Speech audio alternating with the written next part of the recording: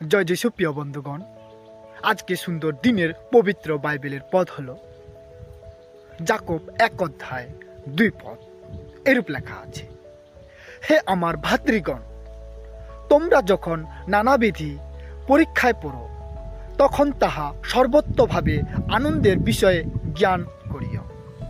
Amen. হ্যাঁ, যাকব বিভিন্ন দেশে ছড়িয়ে ছিটিয়ে পড়া লোকেদেরকে বলছেন প্রভু যীশু খ্রিস্টের কথা।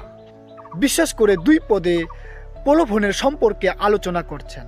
বলছেন, তোমরা যখন নানা রকম পরীক্ষা বা প্রলোভনের মধ্যে পড়ো, তখন তাহা তোমরা আনন্দের বিষয় বলে মনে করো। যেগুলি মানুষের ভিতর থেকে আসে এবং পাপের পথে নিয়ে যায়, সেগুলিতে তোমরা আনন্দ হও। কিন্তু যেগুলি ঈশ্বরের কাছ থেকে আসে, সেইগুলি তোমরা যাচাই করো না। তাই তোমরা পবিত্র সব যাচাই করো, তাহলে তোমরা প্রলোভন থেকে দূরে থাকবে। এই রূপে যাকব বিভিন্ন দেশে ছড়িয়ে ছিটিয়ে পড়া লোকেদেরকে বলছেন। তাই প্রিয়রা, আমিও আপনাদেরকে বলি, প্রলোভন প্রত্যেক মানুষের কাছে আসে, কিন্তু প্রলোভন থেকে আমরা কিভাবে বাঁচব? প্রলোভন থেকে বাঁচতে গেলে আমাদেরকে পবিত্র বিষয়গুলি যাচাই করতে হবে।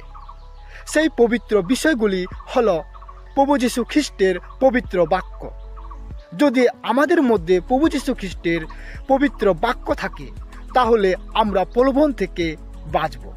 তাই আসুন, আমরাও পাপের প্রতি না গিয়ে আমরা প্রভু যীশু খ্রিস্টের পবিত্র বাক্যকে গ্রহণ করি। তাহলেই আমাদের প্রাণ প্রলোভন থেকে রক্ষা পাইবে।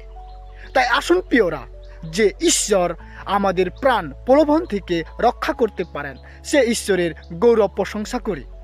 ঈশ্বর এই বাক্যের চিন্তার ধারায় প্রত্যেককে আশীর্বাদ করুক। সকলকে জয় যিশু।